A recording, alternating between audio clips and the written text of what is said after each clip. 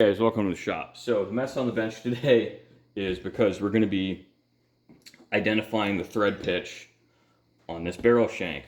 Now I've already done this off camera. I figured out it's a metric 1.5 millimeter pitch by M26 because I measured it. And one of the clues here to guess that it's probably metric is this was made in Japan. Japan uses the metric system. I've cleaned the threads out enough so where I can get a good reading on here. Excuse me while I fix my modeling clay. This has just become my go-to for balancing wires so you don't look like an idiot. I've never gotten the hang of neatly using thread wires. I know some guys make it look easy. I am not one of them. I assume I make this look harder than it is.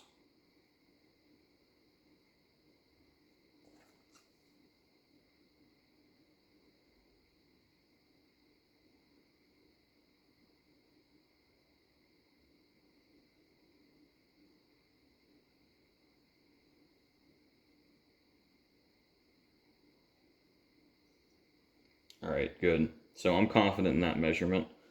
So I just measured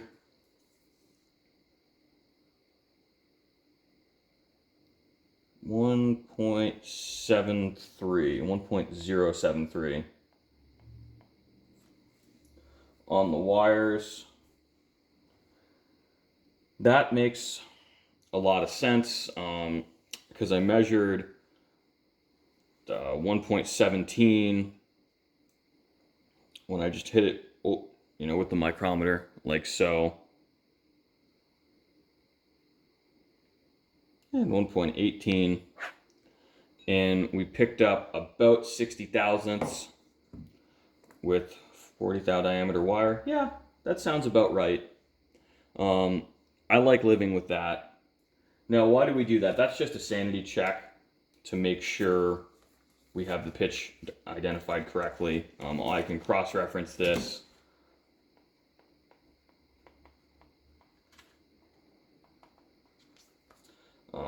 Unfortunately, actually, this is a little bit too large. I can't use my handy-dandy screw comparator micrometer.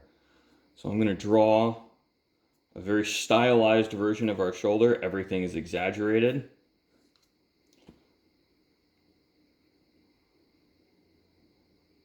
So this here represents our counter bore, and I'm just going to do the counter bore first.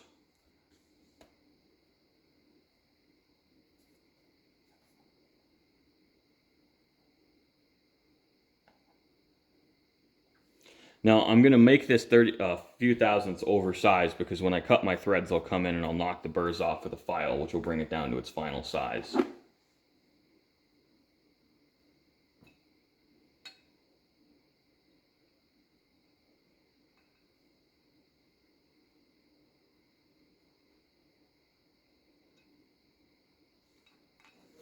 So this is a little bit tricky to do on camera.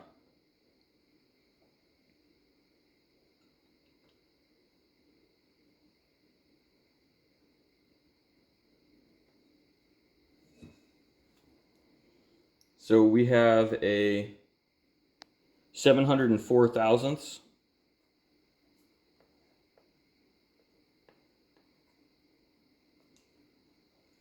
Shoulder length. Let's see how deep our counter bore is. We have a pretty meaty counter bore in this guy.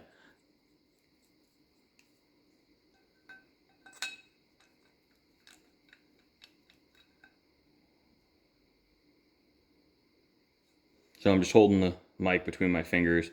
This is more accurate if you do it with everything placed vertically. So I'm seeing 111 thousandths deep.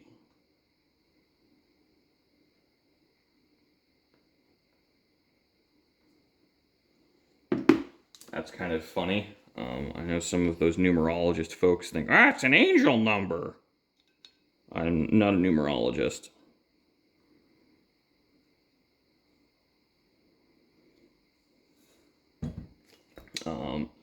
So this is an inside micrometer. I friggin' love this thing because it's just so damn convenient. Where did I put my pen? So I'm reading 703 thousandths in diameter.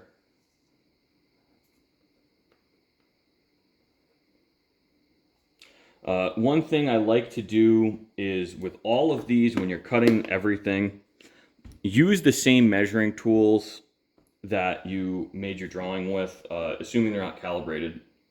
Now, you can get this online, and I'm not going to use this drawing for my actual work.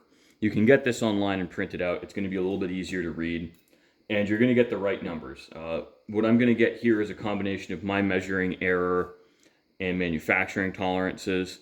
So I know for a fact anything that matches these measurements will work.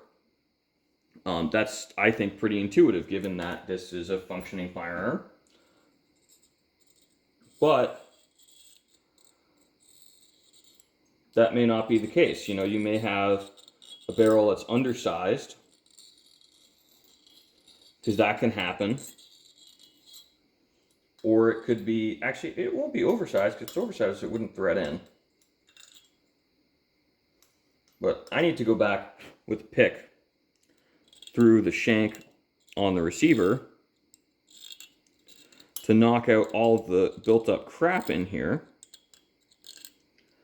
because otherwise when I try and thread a barrel on, it's going to fight me even if it's the right dimensions.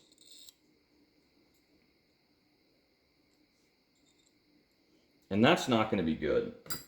So thanks for watching, guys. I hope you enjoyed. I hope you learned a little something about kind of reverse engineering here, and hopefully you had some fun along the way.